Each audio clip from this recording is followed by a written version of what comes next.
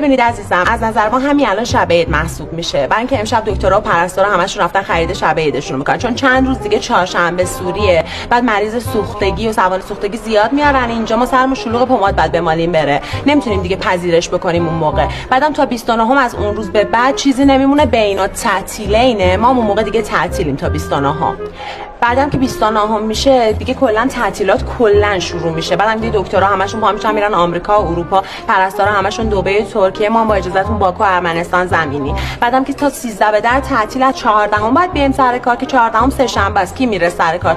سه شنبه تا جمعه دوباره بینا تعطیلین، ما هم طبیعتا تعطیلیم. شنبهش بعد بیایم سر کار که اونم دیگه خیلی دیره واسه پدر جان شما. من پذیرش بهش زهرا رو بهتون میدم، شما فقط لطف کنین دیر نکنین چون اونجام جاگیرتون نمیاد. بفرمایید. دست شما در نکنه، خدا از بزرگی کمتون نکنه. خدا حافظ. خواهش میکنم غم آخرتون باشه، برای عمل بینی میبینمتون. خدا حافظ. خدا نگهدار، خدا بیامرزدتون.